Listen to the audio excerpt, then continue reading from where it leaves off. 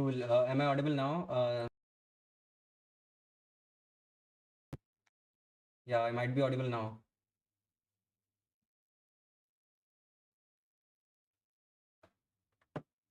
Okay, hi everyone. Very good evening. Welcome to Unacademy Grow. We will continue the yesterday's session. Yesterday we discussed 30 problems on arrays and linked lists. Today we will continue that. We will discuss 20 more problems. These are highly important for like interview point of view. Generally, like if you are writing a coding interview, before interview you have an MCQ round, which is a screening round. So if you clear the screening round, then only you get to sit in interviews. So we are preparing for that interview, okay? That particular round. Okay, great. I guess now it is audible. So again, share the session with as many people as you can, so that like the session becomes interactive. I need lots of people in the chat to write the answers. Then only like the session is productive.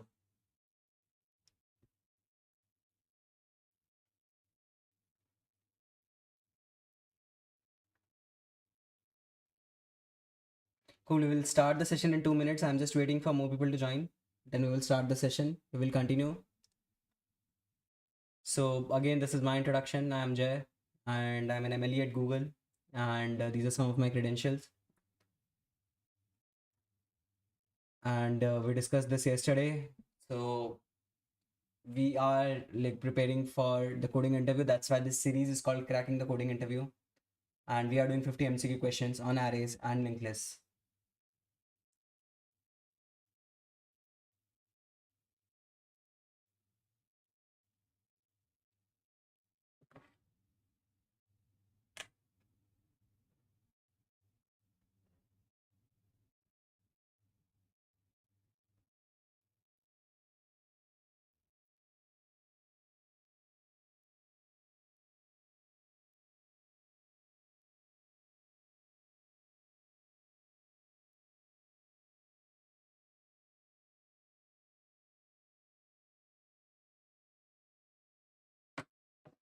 Cool. Let's begin the session then.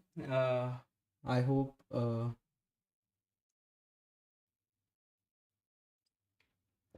that everything is working fine.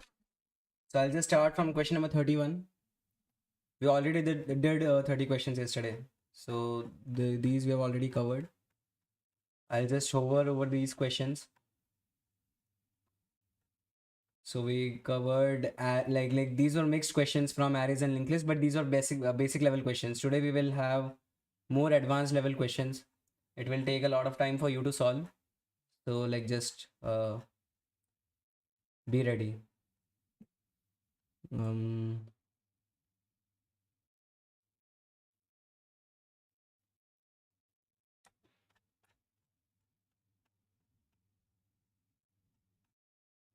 Cool. So this is question number 31. What is the minimum number of comparisons required to find the second largest element in an array? Let me finish the question. What is the minimum number of comparisons required to find the second largest element in an array?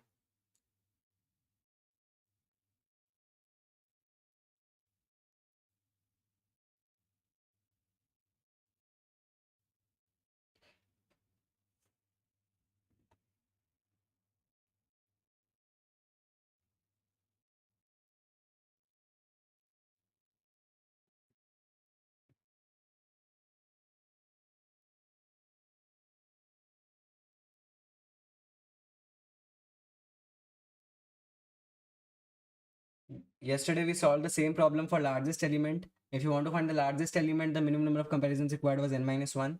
Today we want to solve the same problem for second largest element.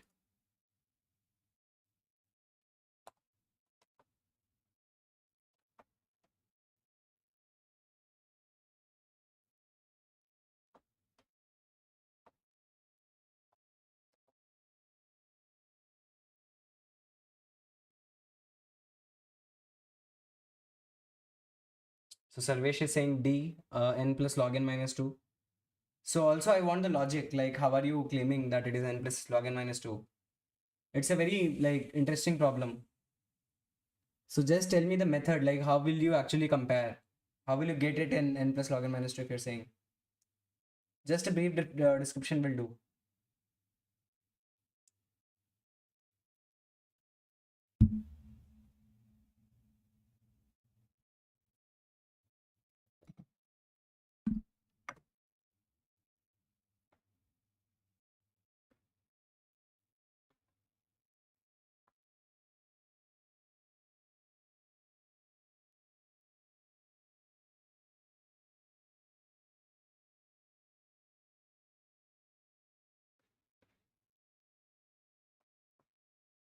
Anyone in the chat? How will you find the second largest element in just like whatever you're saying? Like, see, n minus 1 is definitely not enough. In n minus 1 comparisons, you will only be able to find the largest element. In n minus 1 operations, you will only be able to find the largest element.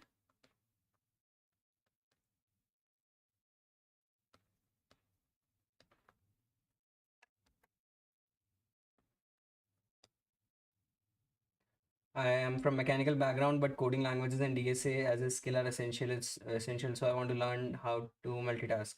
So I like spend some time in coding every day. I know you might have like certain like you have to do mechanical engineering, you have to learn that as well. But like try to spend some time in like coding. Like generally, like every stream students nowadays like are trying to get to software jobs. So it's okay. Like try to spend some time like at least 30 minutes, 1 hour, try to solve 1 or 2 questions on Code Chef every day. That will be enough. Like if you do that for 1 year, like you'll feel like you know coding. Check only those elements which were compared with the highest. Sorting the array in ascending order and then finding the second largest element which is not equal to the largest element from the sorted array. Okay, Sarvesh, you have given like a couple of strategies. So if we sort the array, we know that in sorting, generally, in average case, we require n log n operations. Like just in sorting, we require n log n operations. So generally, we require n log n comparisons just to sort the array. So like all the options are less than n log n here. So we cannot sort the array, right? I agree that if you sort the array, like you don't need to even need to compare. If you sort the array, the second largest element will be present here, like second to the last. And you are right, actually, the second largest element like can be like replicated. So you just need to check, like whatever is not equal, that will be your second largest element. Let's say 6 can be, right? So, but sorting will require n log n operations, which is like not in the options. Like all the options are very less than n log n. It is n plus log n. Like remember, it is not n log n minus 2. It is n plus log n minus 2. So in the chat, whatever you wrote before, like check only the elements which are compared with highest is slightly correct. You are in the right direction. So yeah, like one approach sorting will give you n log n operations. We also saw one approach yesterday in which we were checking all the elements. So one approach could be, let's say you have some elements 3, 2, 5, 4, again 2, and then 1. You can maintain two integers. You can maintain two numbers, max and second max. And you're comparing every element with both these elements, let's say, every time. So in first case, you might be like you're maintaining max and second max both. So you might be comparing all the elements with both max and second max.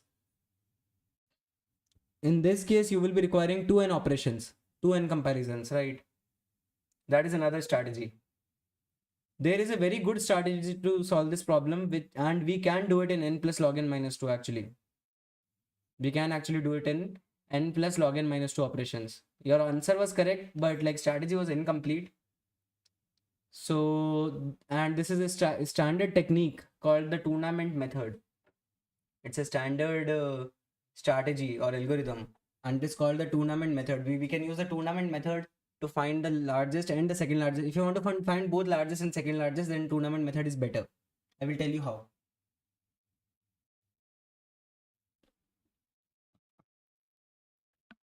See what happens in a tournament generally. Let's say you want to conduct a badminton tournament. Let's say you want to conduct a badminton tournament. And this answer is only when n is a power of 2, okay? So this answer only works when n is a power of 2. So this was not mentioned in the question, but yeah, like they meant then that only. You can assume this. But how? Like, see what happens in a tournament. Let's say you want to conduct a badminton tournament with 32 players, and you want to find the winner as quickly as possible, and you want to give a fair chance to everyone. So the most common strategy that can be used is a knockout method. Knockout method, right? What will you do? You will make pair of like pair of 2-2. So player A, player B, player C, player D, and so on. Okay. So let's say you have only 16 players. Okay. So you have player A fight like you have a match between player A and B, player B, C and D, and so on. And then the final match is between player O and P. So we have 16 players. Okay. Then you will have a winner. Let's say A won this, C won this, and similarly O won this.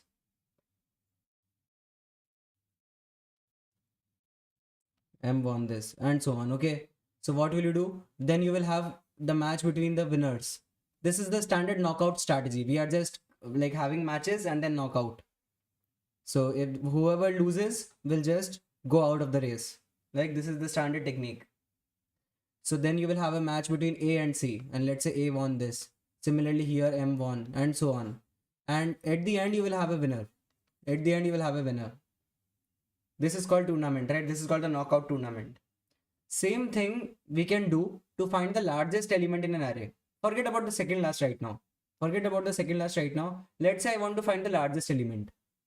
So let's take an array of size power of 2. Let's say we take an array of size 8. Let's say we take an array of size 8. So let's say 3, 2, 7, 5, 1, 4, 8, and 6. So what I will do to find the largest element, I will just create tournament. So what I will do pair wise. So let's say I have a pair of like first match is between 3 and 2. Sorry. Let's say the first match is between 3 and 2. Second match is between 7 and 5. Third match is between 1 and 4. Fourth match is between 8 and 6. And here 3 will win. Here 5 will win. No, here, sorry, 7 will win. Okay. Between 7 and 5, 7 will win. 7 will win. Between 1 and 4, 4 will win. Between 8 and 6, 8 will win. So I'm just want to find the largest. I want to find the largest, right? So here the winner is whatever is larger. So here 8 will win. Between 7 and 3, again 7 will win. Between 8 and 4, 8 will win. And final match is between 7 and 8, 8 wins the tournament. So using the tournament strategy, using the knockout tournament strategy, I can definitely find the largest element. Everyone agrees, right? I can definitely find the largest element of the array just by doing the tournament strategy. Write in the chat if you agree. But it is not guaranteed that you can find the second largest element also. Like I will tell you how, but like, so right now this is okay, right? You can find the largest element using the tournament strategy. Whatever element wins the tournament will definitely be the largest element. Every time you can like conduct this tournament.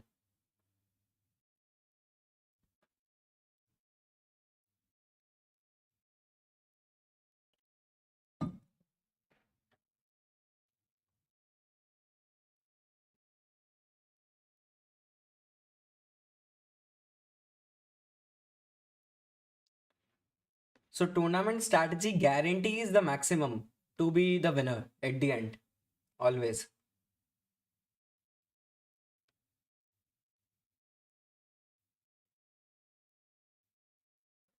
Okay. But it is not guaranteed that you will get the second largest element also. See, here it happened. Here it automatically happened that the second largest element was present here. Here it was slightly fair. Here it was slightly fair because 7 was present in the first half and 8 was present in the second half. So it became fair.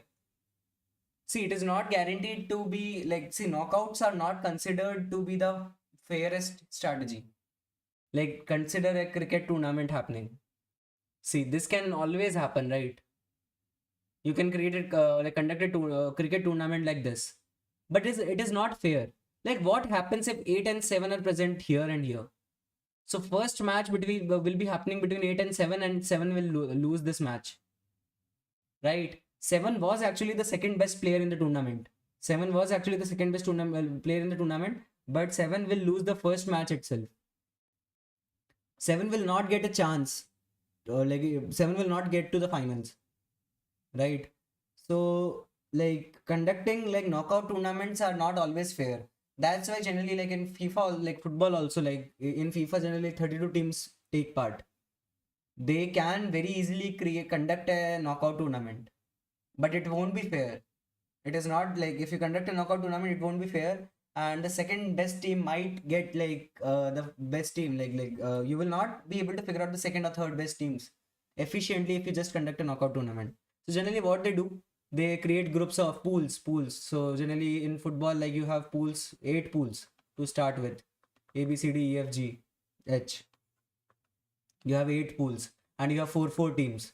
So at least what happens is, at least these four teams all participate, have a match between themselves. All the teams will fight against all the teams. So at least like in this pool it is guaranteed. So and from every pool we will take two teams. So every team actually got at least one fair chance. And after that also they conducted like very fair. So like we will get first and second team, first and second team, first and second team. All the teams which did first, all the teams which were first in their pools fight with someone who was second. Fight with someone who was second in some other pool. So that's how they try to make it fair, right? So that everyone gets a fair chance. And after that, it becomes a knockout. Okay, you have to do knockout at some point in time. In IPL, generally, it's never knockout. Okay, in IPL, generally, like you get like even the top 4 teams, it's not knockout. First and second play, third and fourth play, and the loser of first and second still get another chance. So in IPL, it's slightly like more like they want to make it more fair. Okay, so it's like different strategies to conduct tournaments. So like here we are doing like a knockout tournament between all the 8 elements. So how many comparisons we did? 1, 2, 3, 4, 5, 6, 7. We did 7 comparisons, which is exactly n-1. So even you do knockout tournament, you will still require n-1 comparisons to find the largest element. So to find the largest element in the array, yesterday also we saw we need n-1 comparisons. We can directly compare, like we can take the first element, the largest, and compare it with everyone. Then also we will need n-1. Or we can do knockout also, like tournament also. Then also we will need n-1 comparisons to find the largest element. But now, how to find the second largest element? That's a tricky question. So here Sarvesh's like comment was correct. See, second largest element, whatever it is,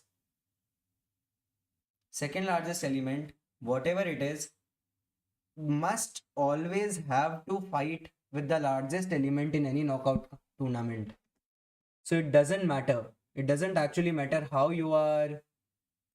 It doesn't matter how you are conducting the tournament. It never matters how you are conducting the tournament.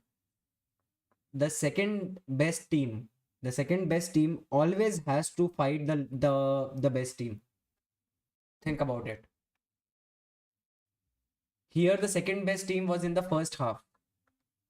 So the second best team had to fight the best team in the final. If the second best team were here, let's say, like let's create the array like this. 3, 2,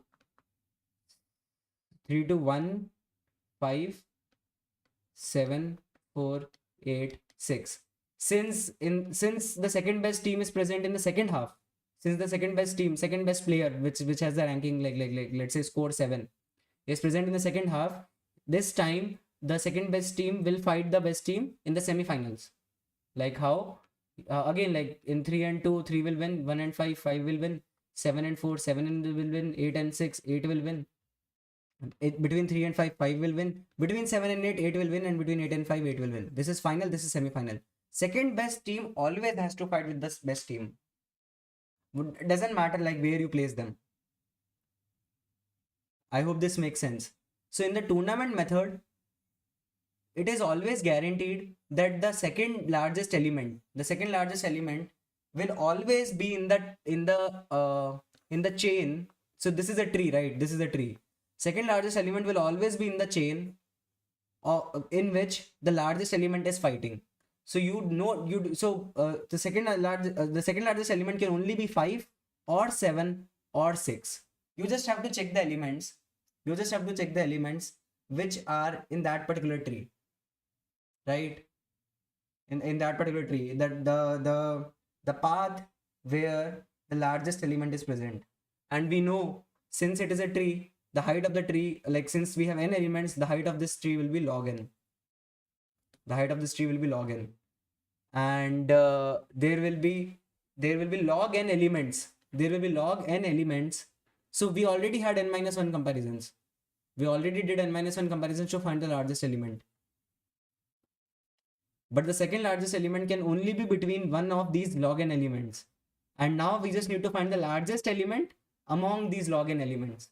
So again, we can create a tournament, or we can just find the largest element among these log n elements in how much time? Log n minus 1 time. We have to find the largest element among these log n elements, right? So it will take log n minus 1 comparisons. So total it will be n plus log n minus 2. Okay. So like this is the standard technique to do this problem, like solve this problem. We need n plus log n minus 2 operations to find the second largest element in an array. Hemant, hi. We discussed the first problem for today. It was like a really interesting problem, standard interview problem. How will you find the second largest element in an array with minimum number of comparisons? We use knockout tournament method to find it, and it was 9 plus log n minus 2 operation. So let's move to the next problem.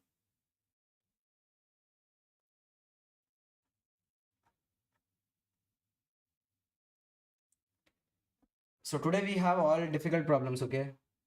So yesterday we did all the easier problems. So if we have n elements in an array, again, like, so here we are talking about a dynamic array. It is mentioned in the problem. If we have n elements, what is the maximum size of a dynamic array? So yesterday I told you how dynamic array works. You create array of some size. You create an array of like some size of power of 2. Yeah, so initially you will take an array of size 1. If that array gets filled, you create an array of twice the size. If this array gets filled, you create an array of again twice the size. So 1, 2, 4, 8, and so on. 16. So the size of the dynamic array will be power of 2. So size of the dynamic array will always be power of 2. Initially, let's say this is also given. Initially, you create an array of size 1. Let's say this is given that initially the array is of size 1.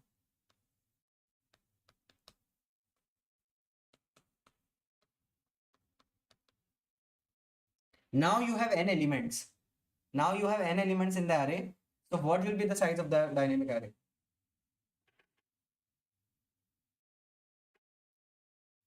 See, for example, if you have 3 elements, then the size of the dynamic array can be 4, right? Because like it needs to be 4. It will always be power of 2. Since the initial size was 1, then it will become 2. So now still you need the third element. So for third element, you will just double the size. So now you will create an array of size 4. So if you have 3 elements, you need an array of size 4. Similarly, if you have 6 elements, you need an array of size 8. So what is the size of the array if you have n elements? So Hemant, negation, this is negation of n. This is negation of n. This is the bitwise operator. This is the bitwise operator. This is negation of n. This is the left shift operator. This is the right shift operator. So we are in the C programming language. These are left shift, right shift, and negation. And this is bitwise and this is bitwise or.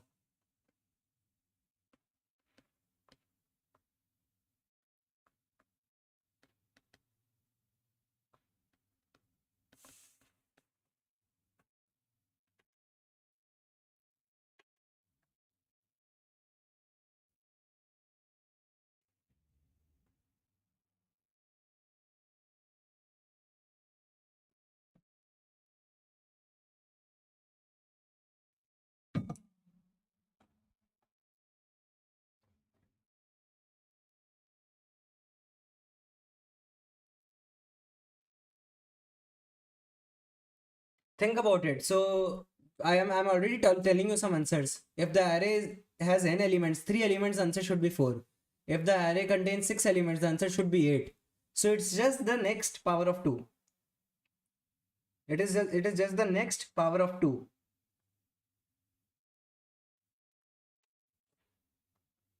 Okay, Hemant is saying D.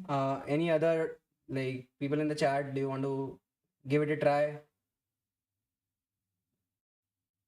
Think about it. It's for any n, it is just the next integer. It is just the integer which is higher and the power of 2. Think about it. Take an example. Take an example and try to solve it.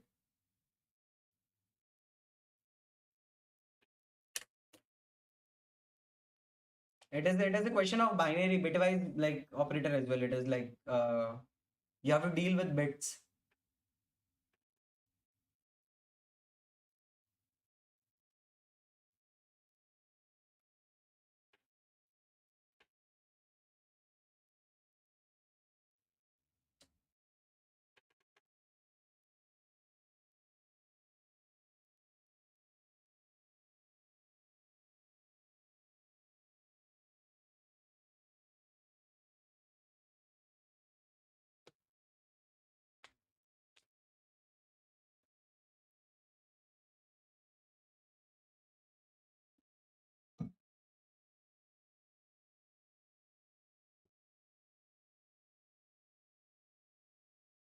So everyone who are watching this, I am conducting a AMA session on Saturday, and I'll be discussing the life at IIT Bombay. So I know that like those who crack gate exam, whoever has cracked gate exam, and like now they are like very soon joining IIT. I guess 20 next Monday, the coming Monday 31st, I guess, is their joining date at IIT Bombay, and like for almost all the IITs, 31st is the joining. So I'm conducting this special AMA session, and I'll be discussing how it goes in the campus, like how the campus life is, how the curriculum is, and so on. So like do join the video. It will be on Saturday. It's already scheduled and you can see it on the channel. If you go on the live tab of the channel, you can find the video.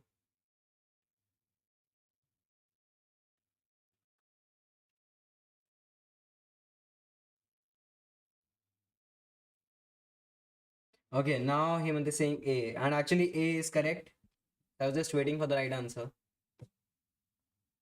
It has to be A. It's a bitwise operation, okay? It's a bitwise, like it's a question on bitwise operators. So let's take any integer. Let's take 6. So for any integer, we just want to find an integer which is higher and a power of 2. So the binary of 6 is what? 110. And the binary of just the next integer is 8, like which is power of 2,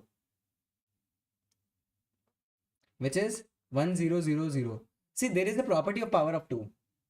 Every power of 2 looks like this. It will have 1 and then zeros. That like every power of 2 looks like this. So if you want to find the power, like for any integer, if you want to find the next power of 2, what you can do is like let's say for 110 you want to find the next power of 2. You can just left shift it by 1. What do you mean by left shift by 1? You end a 0 at the end. You just append a 0 at the end.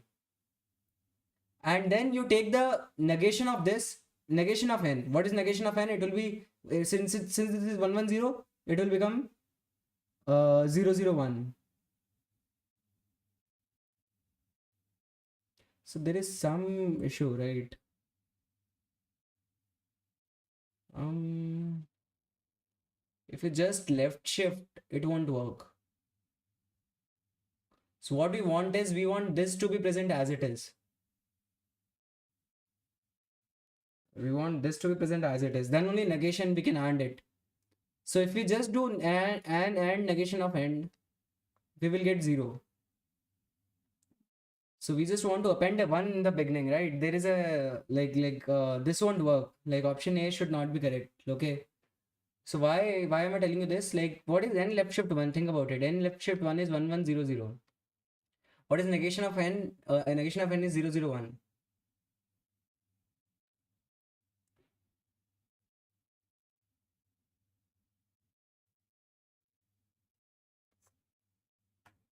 And if you take an Actually, it is working. Actually, it is working. If you take an and, no, no, no, no, no.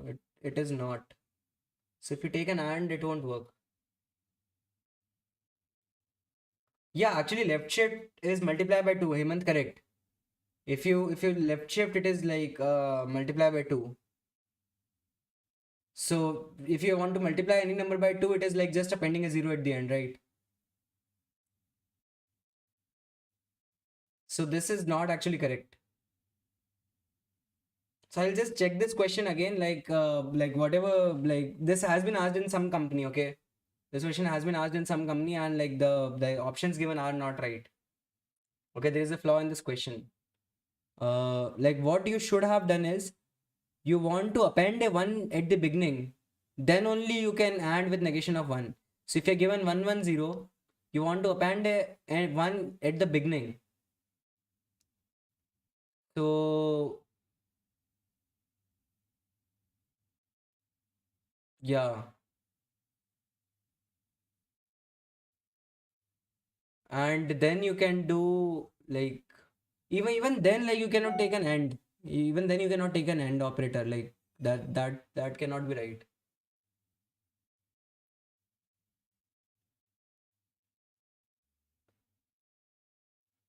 So think about it, okay?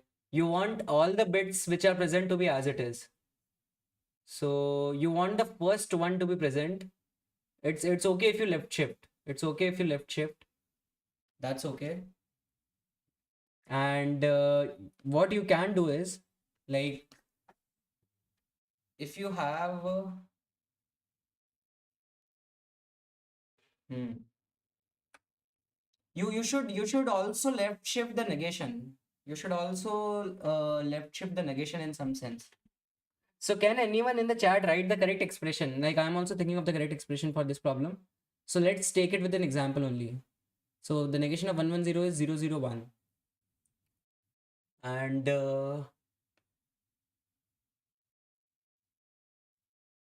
basically that won't work.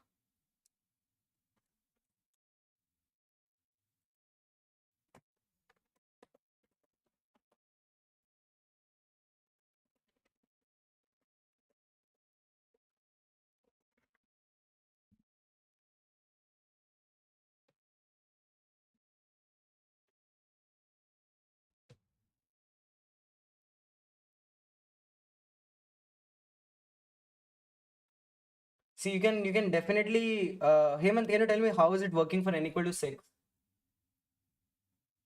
For n equal to 6, it cannot work, right? Like, see, for n equal to 6, like I'm doing the same thing. Like, when I left shift it by 1, it's multiplying it by 2. So correct. So this is like for 6, this is n left shift 1, 1100. And what is negation of n? For 110, the negation will be 001. So, and if you take a bitwise and, it will become 0000. So we want a 1 here as well. I hope this makes sense. Then only this will work. And even then only, like, even then also it won't work, like for every example.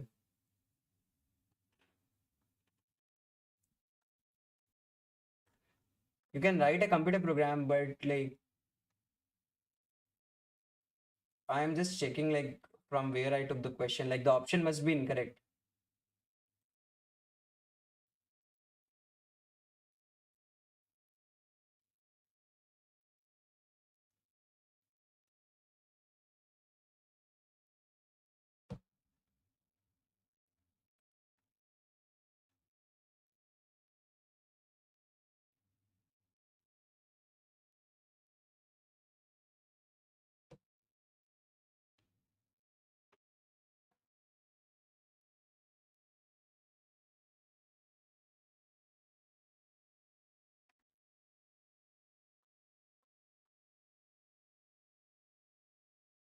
So one like operation which I know from before, like which I can try here right now is you can take an and n minus 1. So what about this? So if n is 6, n minus 1 will be 101. So n and n minus 1 will definitely guarantee, n and n minus 1 will definitely guarantee that you will have only first digit as 1 and you can left shift that. Will this work for every example? Okay, this is definitely not right. Like this option is wrong. Okay, like this might happen in exam. They have like uh, the options are not correct. So that is okay. But we just want to find the correct answer. That's what I'm looking for. So what is n and n minus 1? Think about it. So let's take some other example also. Let's take 5. So for 5, the binary is 101. For 4, the binary will be 100. And if you take the AND, you'll get 100. So you always get 1 and all zeros. And you can left shift it by 1. So then you'll get the next power of 2. Similarly, we can take, if we take a power of 2 itself, what will happen? If we take a power of 2, let's say we take 100, which is 4. So n minus 1 will become 3. And if we take an AND, it will become 000. So for power of 2's, it won't work. For power of 2's, it won't work. Like for power of 2's, anyways, like the answer itself, the answer itself becomes n. For power of 2, the answer itself becomes n. So you'll have to check. You'll basically have to check. If the answer is already power of 2, then n is answer. Otherwise, I guess n and n minus 1 left shift by 1 will make sense.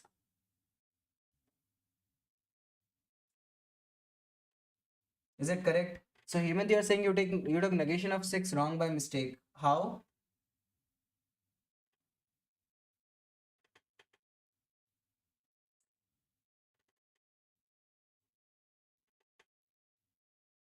Okay, you're talking. So okay, then it is not negation. Okay, yeah, I got your point. Then it should be minus n. Okay. Yeah, I got your point. So this is not negation. So see, the negation I took correct. I took the bitwise negation I took correct. This is negation. Either it should be minus n. I got your point. Then it should be minus n. Okay, the option was incorrect. The operator which was mentioned was incorrect. It should be minus n. Then it will be correct. See, what happens is if you take n left shift 1, then yeah, for 6, n left shift 1 is this.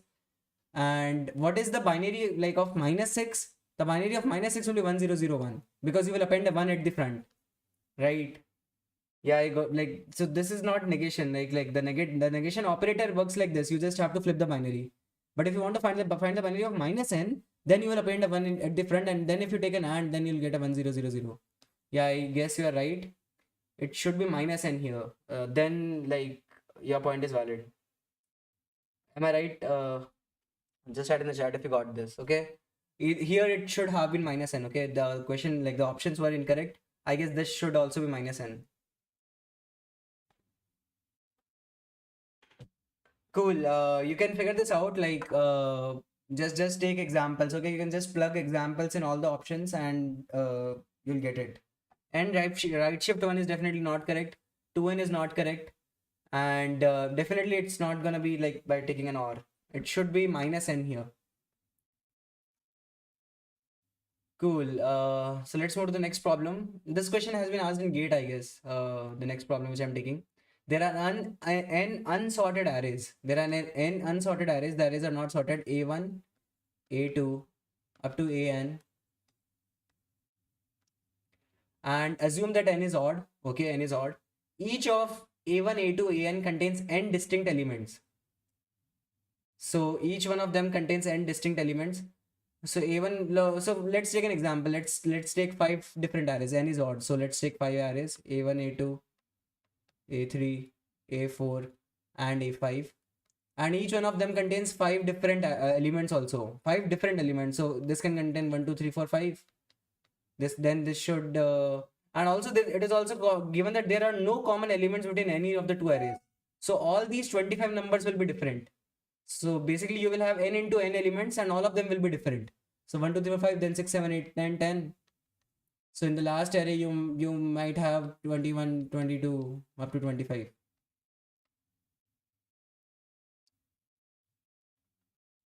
Okay. Now you want to find the worst case time complexity. You have to find the worst case time complexity of computing the median of all these arrays. You have to find the median of all these arrays.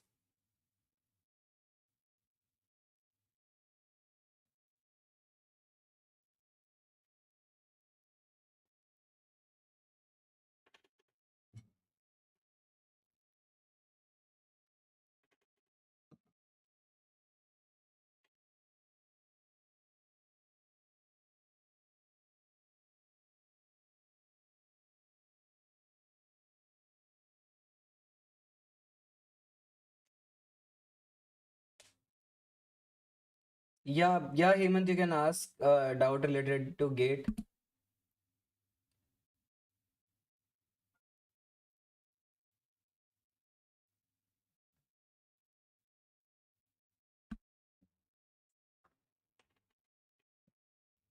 Ganesh, I didn't get your question. Like, what to choose between what? Acha, BITS Hyderabad CSE or NIT Warangal CSIS.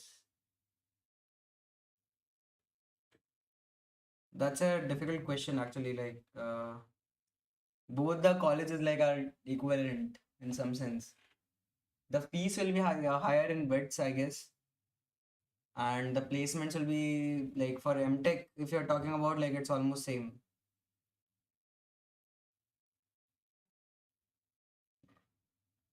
For BTech generally like I guess BITS Hyderabad like will have slightly better placement because of the name of BITS. But for MTech, I guess like the placements will be same. But yeah, you might have slightly better opportunities in BITS. But if you're ready to spend money like BITS, like the fees will be slightly way higher than NIT Warangal. So in NIT Warangal, like MTech will be almost free. So yeah, that's a trade-off. So choose accordingly. Like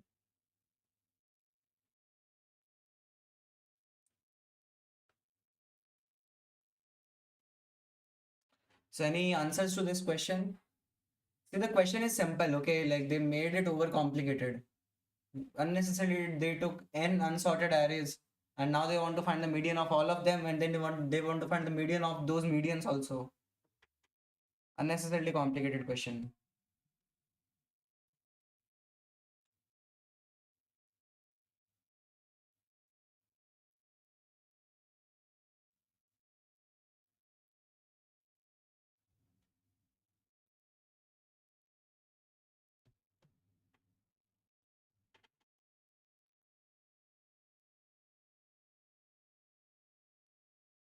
Okay, Hemant, how is it n log n? Like if you want to find the median of each array.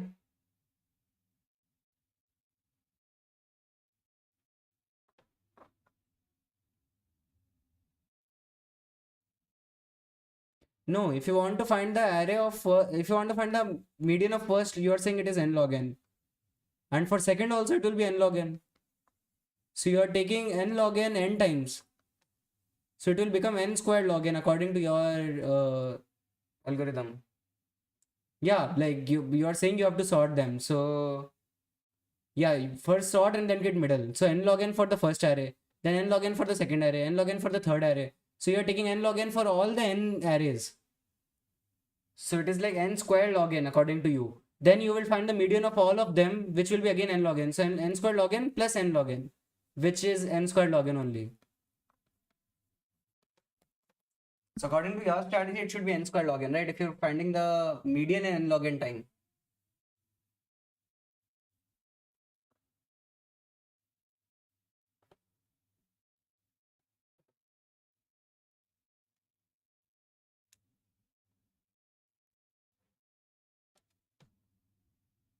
No, but actually, there is a strategy to find the median in worst case we go of n. So you are right, actually, like even I thought in the first go, we have to sort and then find the middle element. So this is a slightly tricky question. There is a well-known strategy, you should read about it. There is a strategy to find the median of elements in order of n time. It is using quicksort. So how quicksort works, we take a pivot element and we put all the elements which are smaller than it to the left and all the elements which are larger to it to the right. So we can use this variation of quicksort to find the median of an unsorted array in order of n time. Okay, we can actually do that. So how we will do this? We take a pivot, let's say an, and we make all the elements which are smaller than it to the left, all the elements which are smaller than an to the left, all the elements which are larger than it to the right. Then again from the right we will take a pivot. Actually, Hemant, no one discusses the complexity of this algorithm. Okay, it will take another one lecture because it is amortized analysis. See, generally it's like difficult to like prove the complexity of such algorithms like in class, like it will take some time. It's like it involves a lot of mathematics. Even the complexity of quicksort like looks like it is big of n square, but quicksort is actually n log n, right? Because like it's amortized analysis. Why? Like you're not actually doing bigger order n operations every time. You're doing smaller number of operations sometimes. That's why it makes it n log n. Same thing happens with creating heap. Okay, you might think that inserting an element in a heap is big of n time, right? But if you want to create a heap of size n, it becomes big of n, not n log n.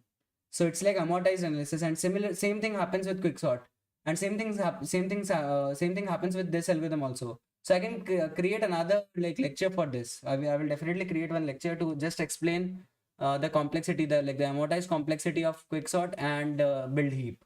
And it's also a well-known interview problem. Okay, how much time like it takes to build a heap? So you might have to prove this in an interview, and it takes like, so same thing happens here. You take a pivot, you make all the elements lesser to the, you put all the elements lesser to the left, all the elements larger to the right, and then again, like if this particular element goes at location n by 2, this is your answer. If it is not at n by 2, if it is at the left half, if it is smaller than n by 2, you take a pivot at the right and do the same thing, and you keep doing that. So think about it. It's like we are actually like reducing the problem every time. So it's not that you are actually taking big of n time every time. It's actually like building heap. Okay, this problem is very similar to building a heap, and amortized like analysis say that this is also big of n.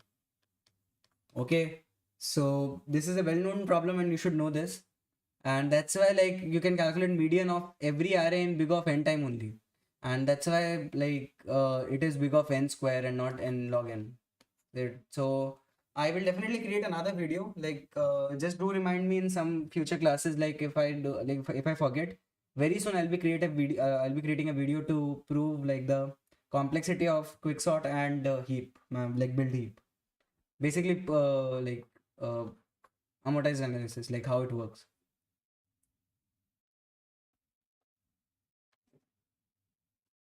Cool. So let's move to the next problem.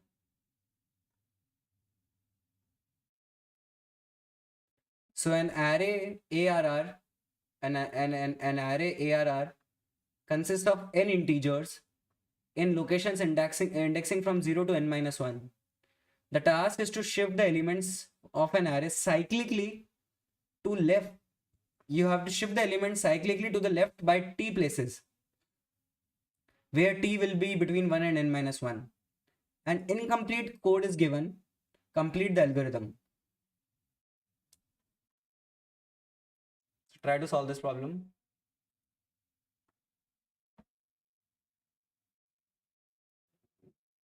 So what you're given is, let's say, just these questions are always better if you take an example. It's easier to solve these problems if you take an example. So let's take an array of size n. Let's say n is equal to 6. 1, 2, 3, 4, 5, 6. This is your array. So indexes, these are indices 0, 1, 2, 3, 4, 5. Now let's say you want to shift the elements cyclically left by t places. So here in this example, I'm taking n as 6. Let's take t as 2. I want to shift the elements, all the like elements left by 2 places. So one will go to the left cyclically. So to the left and then to the left. So one will go here. Then again 2 will go to the left. So at this position, and then again it will shift by left. So it will go at position number 5. So 2 will go here. Similarly, 3 will go left and then left. So 3 will go here. 4 will go here. 5 will go here. 6 will go here. This should be your final answer for this array. If n is equal to 6 and t is equal to 2, this should be your answer for initial array to be this. So in middle, I've just written indices.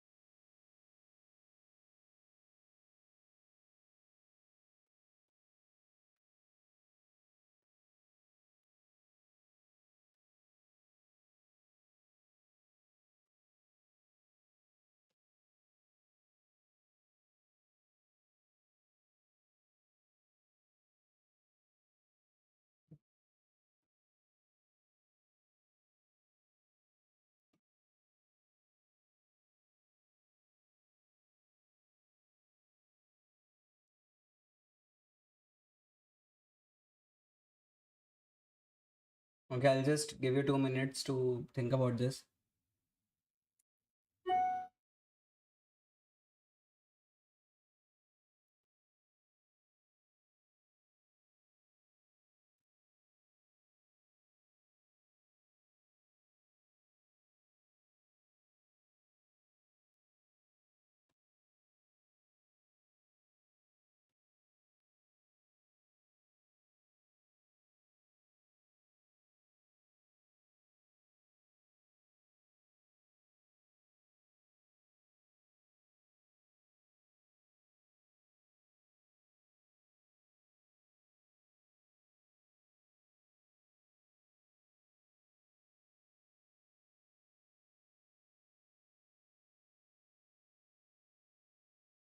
Okay, anyone in the chat?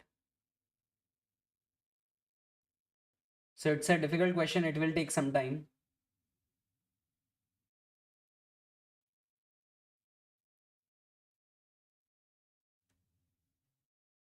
I'm not able to find the video actually.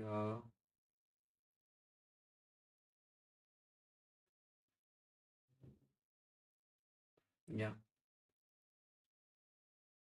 Good afternoon, Shubho. Okay, great to see you on the chat as well.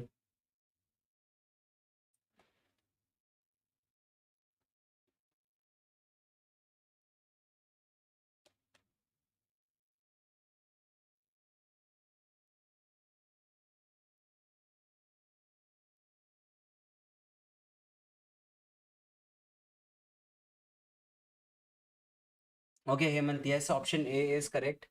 Let's try to solve this. Okay. So it's very difficult to do it this way. Okay, we just have to put options. Okay, like it's like difficult to solve like directly write the code. What we want to do is like just think about it. We want to shift every element by t places. So and they have written two while loops. And they have written two while loops. It's not a simple code. Okay, it's not a this could have been done in a single loop also, but they have actually written two while loops. So let me first fill it with the first option. So while I is less than min, and while they are saying j is less than, okay, it's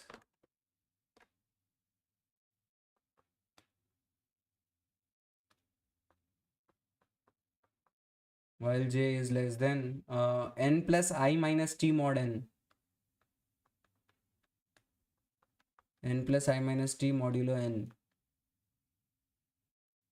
Aj is array of j plus t. This could have there could be a simpler way to do this. Okay, and then they are writing j equals j plus t mod n. If j is less than min, then min is equal to j. Then array of n plus I minus t mod n equals, it should be minus t, I guess, temp, and then I equal to I plus 1. So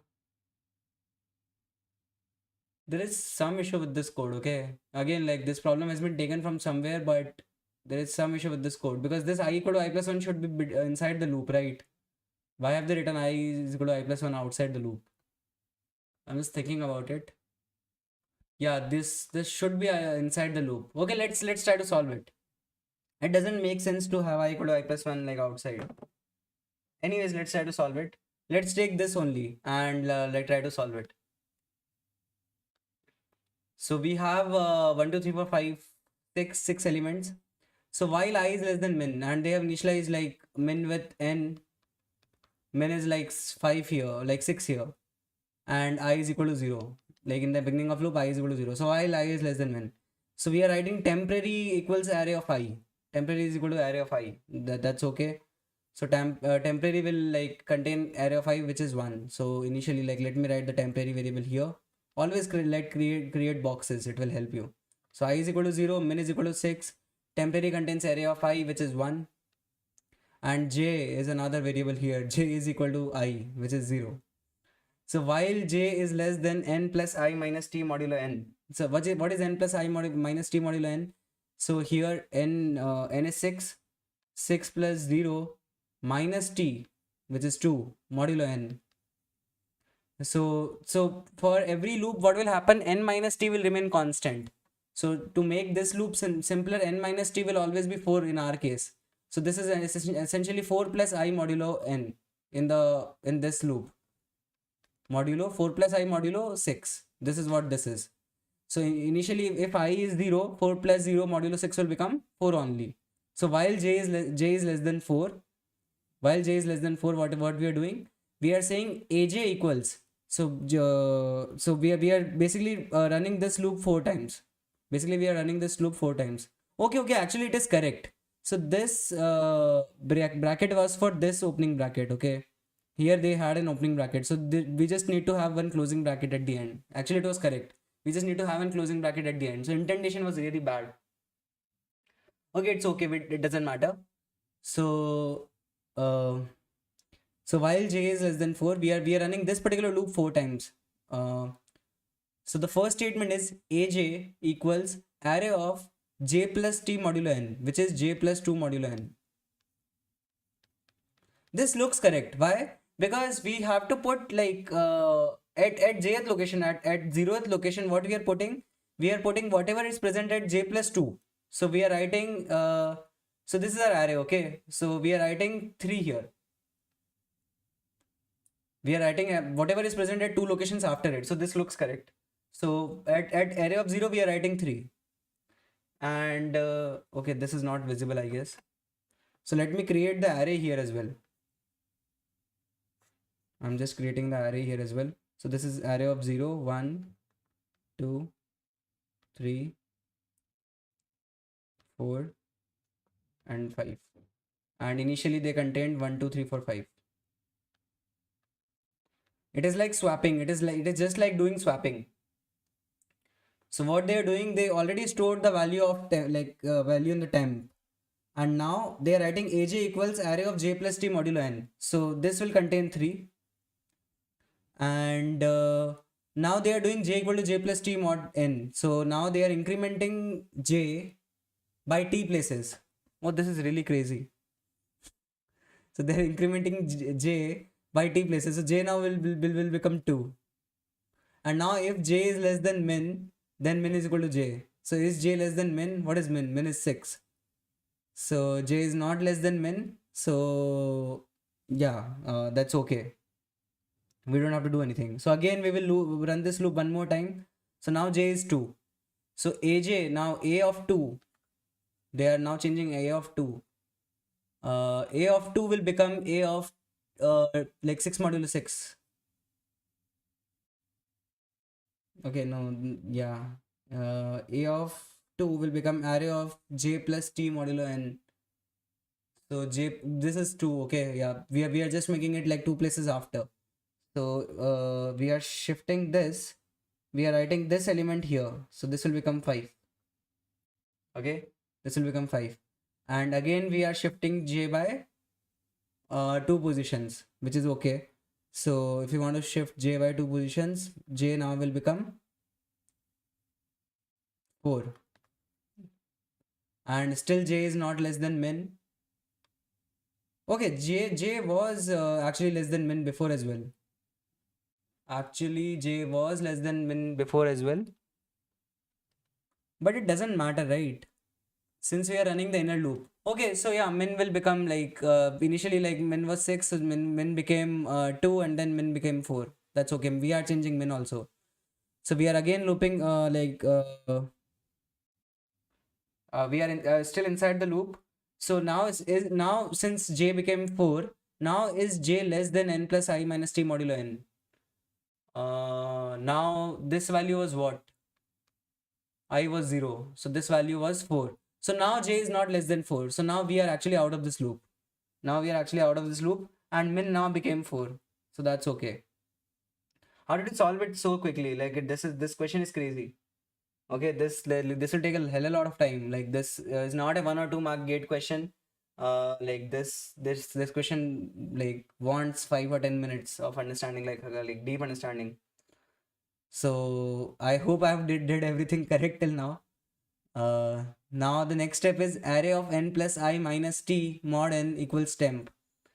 So temp was 1. Temp was 1. We stored the value of temp, I remember, to be 1. So what is n plus I minus t modulo n? Also, this value is same as this value. They are trying to get somewhere.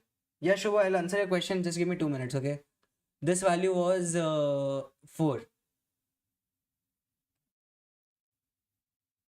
Yeah, like actually, like intuitively, this makes sense. Hemant, like, but like this is like this is crazy. Okay, so this value was 4, right? Yeah.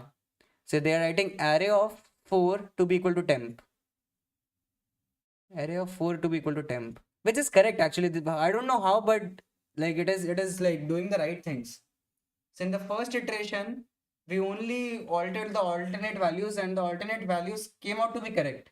This is actually what we wanted, 3, 5 and 1 at correct places. Right? Now I is incremented by 1, which is 1. Okay, this is like crazy algorithm, but yeah. Now I is incremented to 1. Now still I is less than min. Min was okay, min was 2, right? Min was 2. So minimum value encountered till now was 2. So min was 2. So still I is less than 2, correct. Now temp is array of I. So now array of I is what? Array of 1. Array of 1 is 2. So temp will contain 2. Good. Okay, we are doing everything correct, it seems. Now and j is equal to I. So j is initialized with 2. Okay, so far so good. Now while j is less than this value is really important now. So n plus I minus t modulo n plus I minus t modulo n. So 6 plus 2. No, actually I is 1. Sorry. Actually I is 1. I actually accidentally added j. So n plus I is 1 minus t modulo n. This value is this. J is less than this. So this value is what? 7 minus 2, which is 5. So this loop will run while j is less than 5. That's great. So now array of j is what? A of j. So now initially j is 2.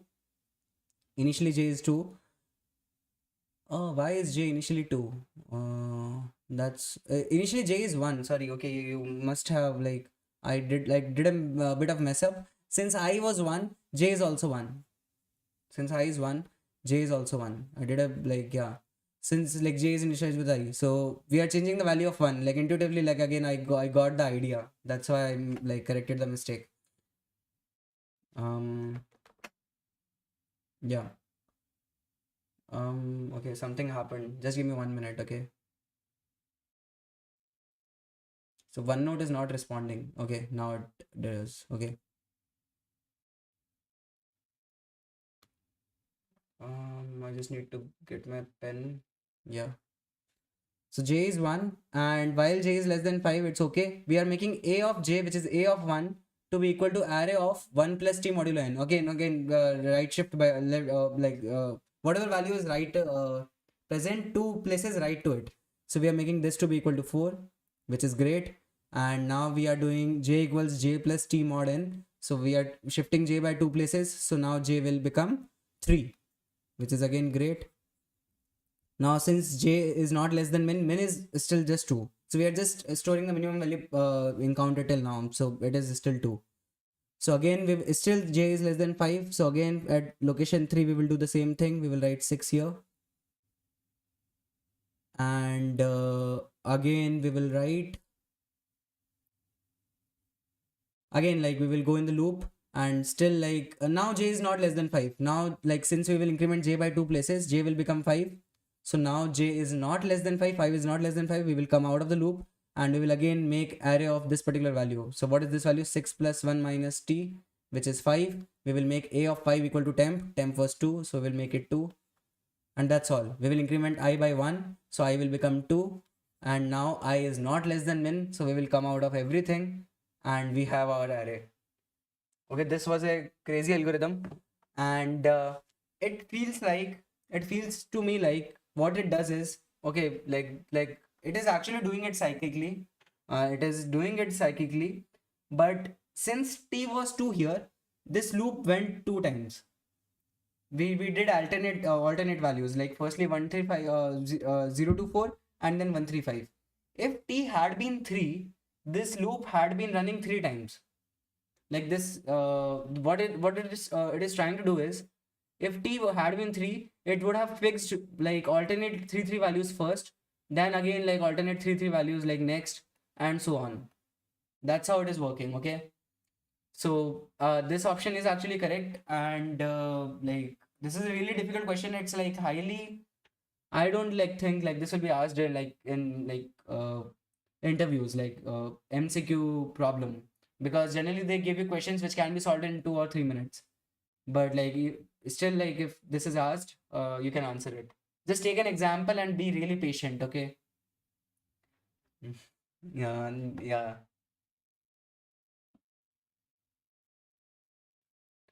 Cool. Let's move to the next problem.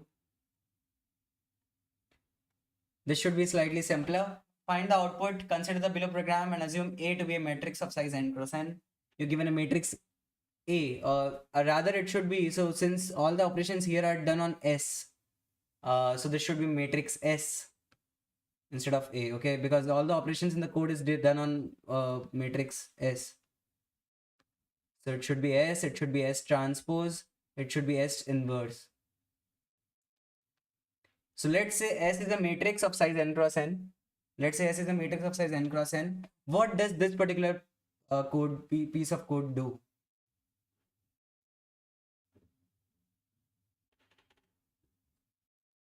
Okay, let's take Shubho's question meanwhile.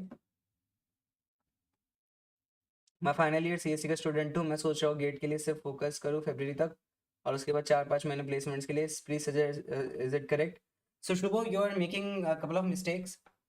Right now we are in July, and if you have not done any gate preparation till now, August, September, October, November, December, January. So you have to be really quick in gate preparation. Like 6-7 months, like it's like not. If you have not done any gate preparation till now, it will be slightly difficult to prepare now. Okay, you have to be really like working really hard. I know gate preparation takes 6-7 months only, but you won't be able to practice much. Okay, so that's where you're lagging. And if you really want to write gate, you're still not late. Okay, start today. But and you can do it in 6-7 months. Just work really hard and try to do lots of practice, like whatever practice you can do. So that's one thing. And yeah, right now it's not the time that you can do gate and placements both. Okay, you have to like reduce the amount of time which you are spending for placements and focus really on gate if you want to write it. And yes, you can do this. You can write gate first and then focus 3-4 months on placements. Okay, but yeah, start really soon. Don't waste time now.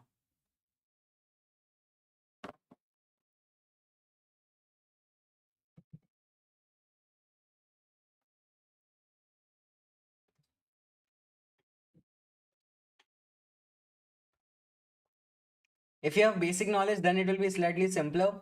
Then just try to just focus on gate subjects, like just finish it off, do lots of practice, and parallelly you can do like a little bit of coding as well, because after February you won't have 6-7 months because you're in final year, right? So try to do a little bit of coding also every day. Okay, Sarvesh is saying B. Any other options, like any other comments, like any if you're solving this problem, I'll just wait for a couple of minutes.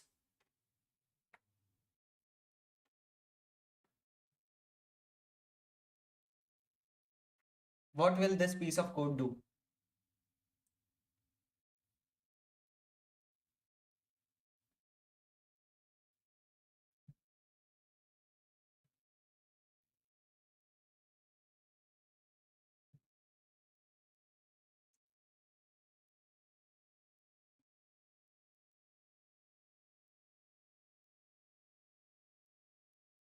Okay, I will give you 2 or 3 more minutes. It's okay. Take your time.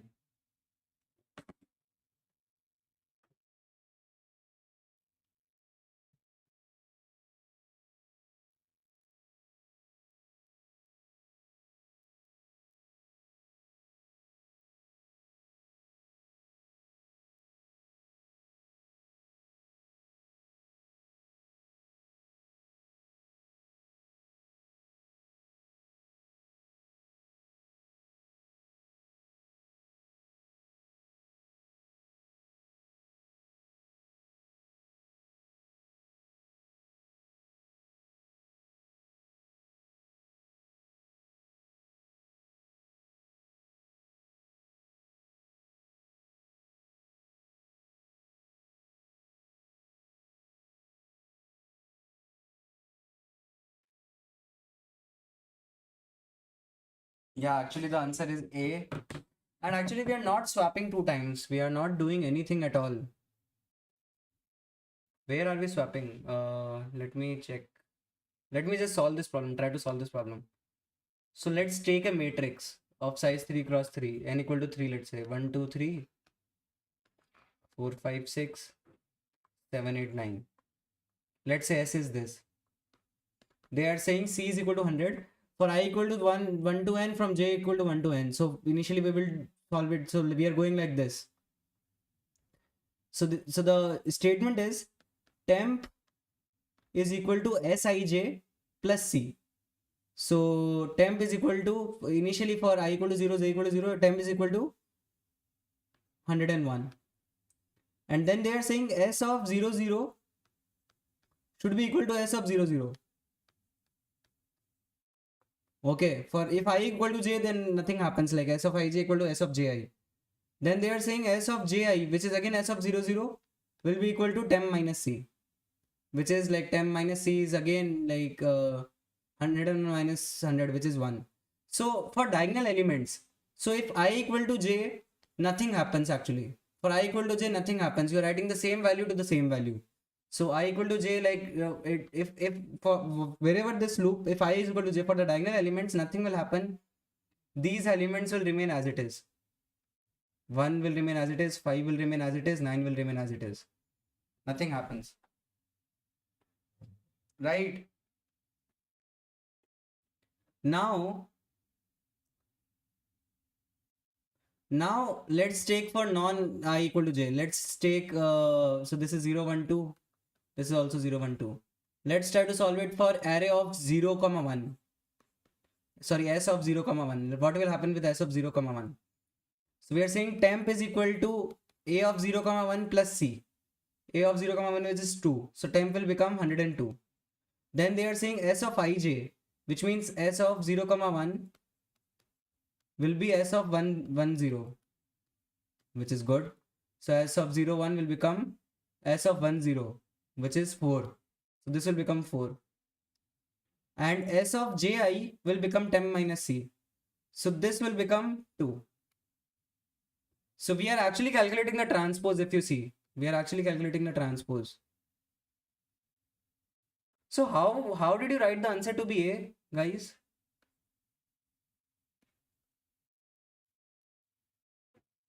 S of ij equals S of ji.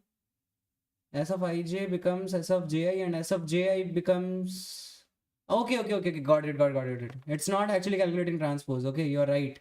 You actually did it right. Okay, this is crazy. It's very easy to convince yourself that it should be transpose.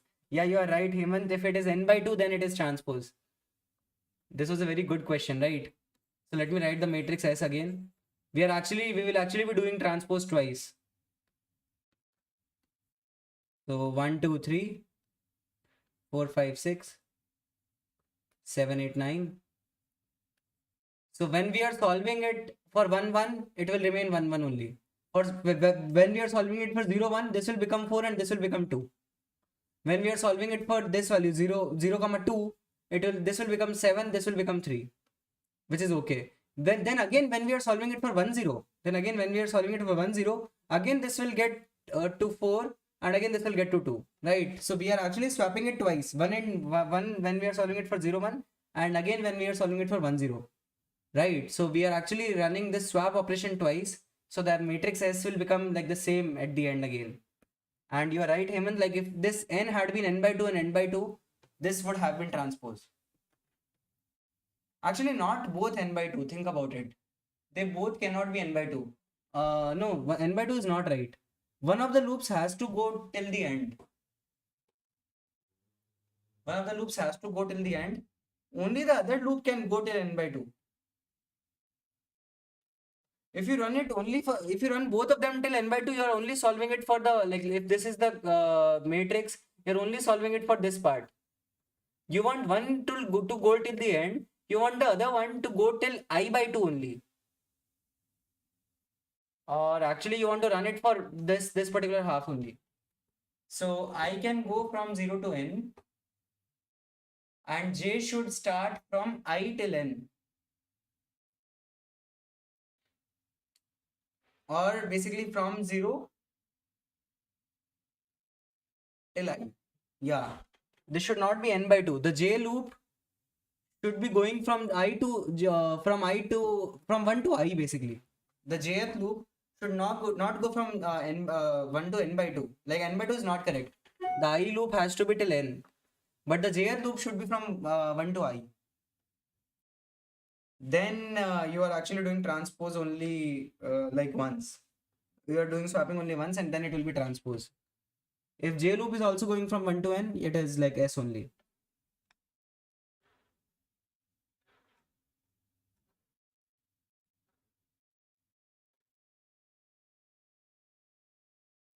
Okay, let's go to the next question. An array consists of negative and positive numbers. This is a slightly easier problem. We have seen a variation of this problem yesterday also. An array consists of negative and positive numbers. What will be the complexity of, in the worst case, to segregate the numbers with precisely the same sign together? So you want all the negative numbers at the one place and positive numbers at the other end. Slightly easier problem, right?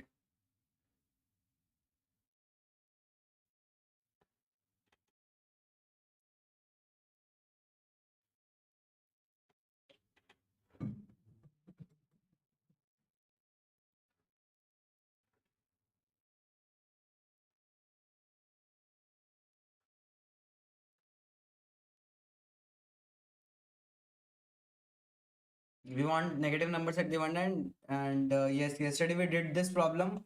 Yesterday it was about how many iterations we will want, and today it is about the time complexity. The problem remains same.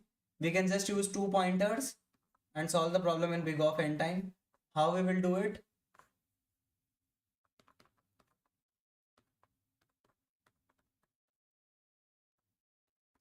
Take 2 pointers. If it is negative and this one is positive, swap them and like move the next pointer. Okay, if we are swapping, move the second pointer. If we are not swapping, just move the first pointer. It's very simple problem. Okay, in just one pass using 2 pointers, you can solve this problem in big of n time. I'm not like explaining the algorithm again. Okay, it's easy. We have done this yesterday.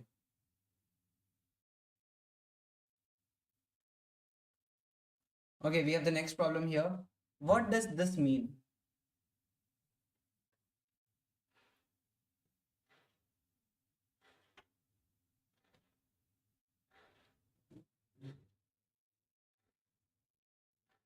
Correct, Hemant. I contained the position of the first positive number. That's what we discussed. Yeah.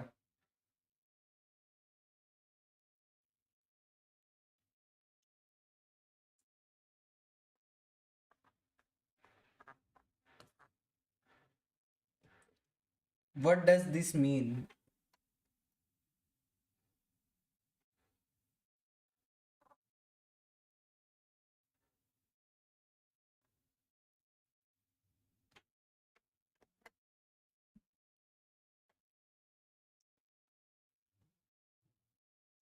Always in these type of questions, start with the variable and go inside out.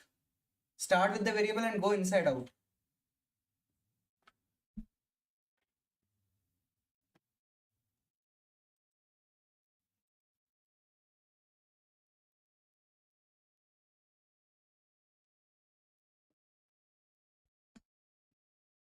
So yes, B is correct. Start with the variable. PTR is the pointer to an array of 10 integers. PTR is a pointer to an array of 10 integers. So what it will look like? PTR is a pointer to an array of 10 integers. That's it. If you had a star here as well, then PTR would have been a pointer to an array of 10 integer pointers. So all of them will also be a pointer. Okay. And you can have really complicated stuff like this. Let's say this.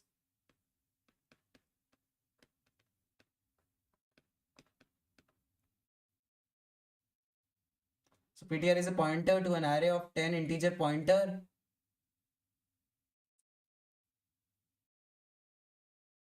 Yeah, this is like it. We can have like more brackets.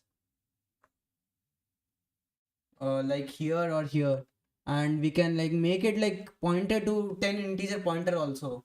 Yeah, you can do make complicated stuff. But the point is generally they won't ask you question like beyond this. Just like start with the variable name and go inside out. Keep going inside out and you'll get the correct answer always. Okay.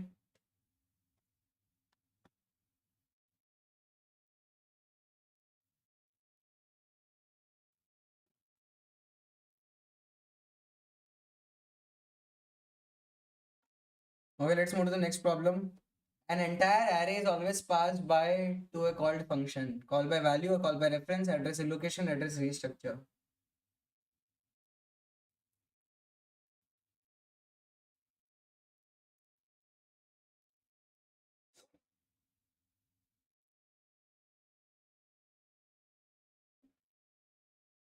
An entire array is always passed using what? What do? Do you call it by value, call by reference, address allocation, address restructure? Always call by reference, correct? Array ka name is always an address to the starting location, and if you want to pass the entire array, you just pass the array ka name and it will be called by reference. These are not even calling by like not even correct terms, and you always pass an array by like calling it by reference.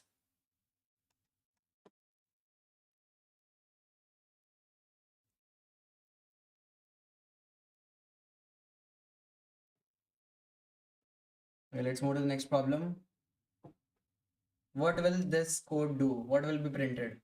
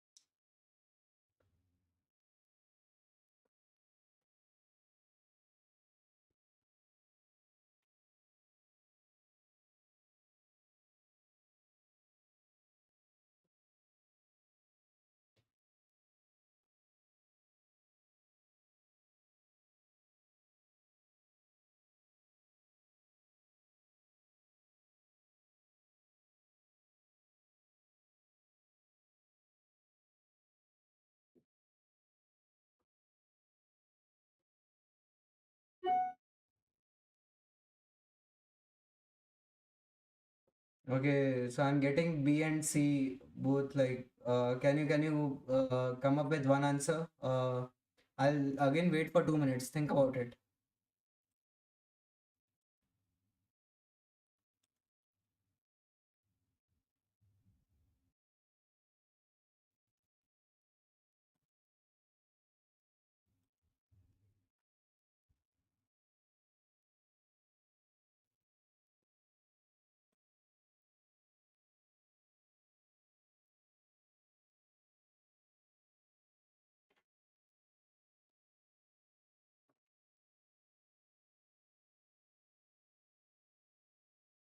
Okay, B.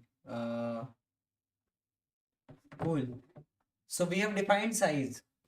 So we can create an array of size. So basically we are creating an array with 4 integers. A is a pointer. So always the name of the array is the pointer to the first location. So this is the index 0, 1, 2 and index 3. And then we are saying A0. What is A0? A is basically like dereferencing A plus 0. So like the first location, we are writing 5 here. A of 1 is 6, A of 2 is 7, A of 3 is 8. बहुत अच्छी बात है. What we have to print? Star A plus 2. Star A plus 2 is what? It is just A of 2.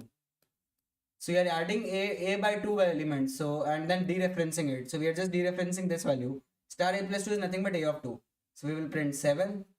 Then A of 1 is what? The first location, which is 6. So which is 7, 6.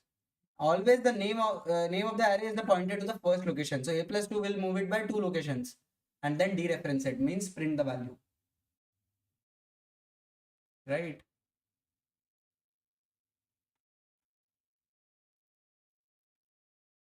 So let's move to the next problem.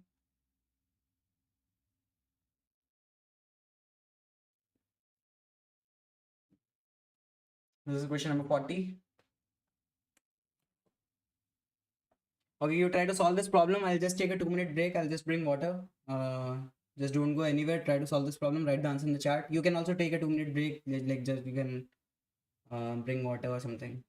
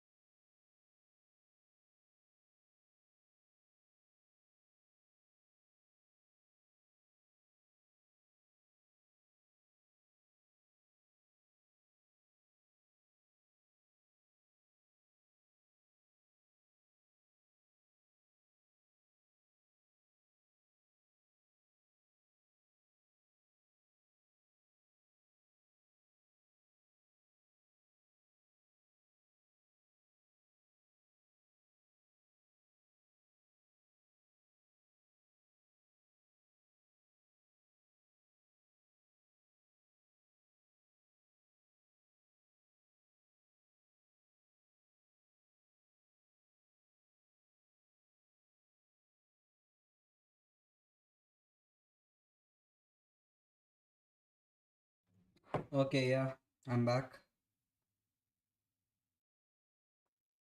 So we have a few responses in the chat. B.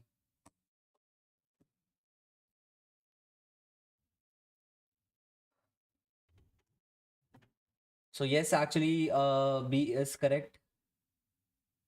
So what does this function do? So we have, this is the standard linked list node. Then we are passing the pointer. Let's say this is head node. So what it will do is either it will return if P is null or the P ka next is null, or so this is what P ka data is less than equal to P k next ka data. P ka data is less than equal to P k next ka data, and so what it will do is essentially if P ka data is not less than equal to P k next ka data, then it will return false. So basically, if P ka data at any point in time, if P ka data becomes more, so it should not be like this. It is actually a linked list. So if P ka data is, let's say, more than the next element, then this will immediately become false. Yes, Hemant, I am right now in Hyderabad. If any time, if P ka data becomes greater than next ka data, at any time, this will immediately become false, and it doesn't matter since this is and may it becomes short circuiting. Okay, it doesn't matter, all of entire thing will become false. So it doesn't matter what this is, this will become false. It will even not call this, so it will return false, and even if it is called by some other function, this will become false. So even if one of them becomes false, this entire thing becomes false. So at any point in time, if the data at one particular node is greater than the data at the value which is present at next, it will become false. It will only be true if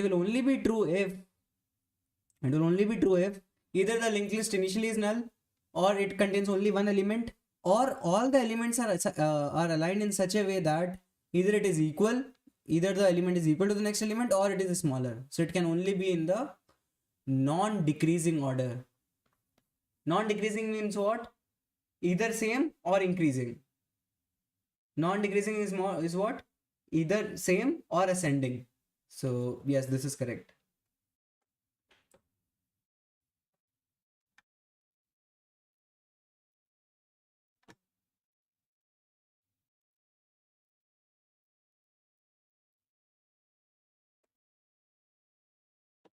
Okay. So I guess like we already had like 1.5 hour session, and like I have to rush somewhere. So like I have to like stop this stream right now. Again, like I'll we discussed 10 problems only today. I'll discuss 10 more problems in some another session. So really sorry, like I'll jump off for now. Yes, I am in Google Hyderabad right now. If you have like quick doubts, we can answer them. Otherwise, like I'll like just postpone the last 10 problems for another session. Okay, I'll create one more stream. Uh, uh,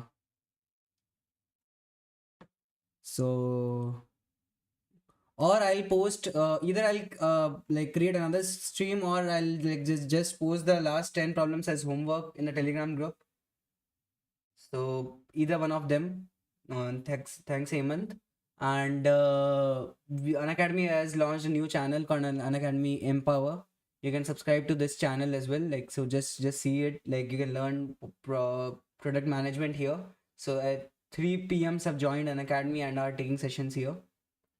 Web development, Android not started, ML layer, data science, gate, GRE plus placement. These are things you're interested in. These are hell a lot of things. Service you're interested in. You could like see you have essentially written everything. You should start writing some like creating. You can try creating some projects in web and dev and Android. So these are three different things: DevOps, web, and Android. You can explore these things and try to create small projects and MLAI data science. Okay. So try to create small projects and try to find out exactly what you want. And then like gate and GRE are secondary things. Like if you want to do masters, make your brain, like make your mind like that I want to do masters. Okay. And uh, like if you are like set with like this thing, you have to do masters, you have to get a degree from like Stanford. If you want to go abroad, like GRE is the thing. If you want to stay in India, like crack IIT, go into IIT, that's what your dream is. Do MTech, like right gate. Otherwise, like so essentially you've written everything. Like so I don't have exact answer to this question. But yeah, like just make up your brain. Okay. And like coming to technology in CS, you can just try to create smaller projects. And if you have done a smaller project in web, Android, and ML, if you've done 15, 16 projects, then your resume is excellent. Then you can straight away go for placements. Okay. And if your projects are good, then like you are like try to find out companies. Okay. Definitely. You will get placed. Okay, if your resume is good. Yes, Hemant, I'll like very soon launch ML course. I'll give you the news how we are having it. I'm also waiting like talking with an academy team and like setting it up, and I will have it really soon. Okay. Cool. Thanks a lot, guys. Like and share the video and subscribe to the channel. And like let's meet. I will let you know, guys, on the Telegram group, like Telegram channel. The link is in the description and in the live chat. I will let you guys like when our next session is. Thank you so much. Bye bye.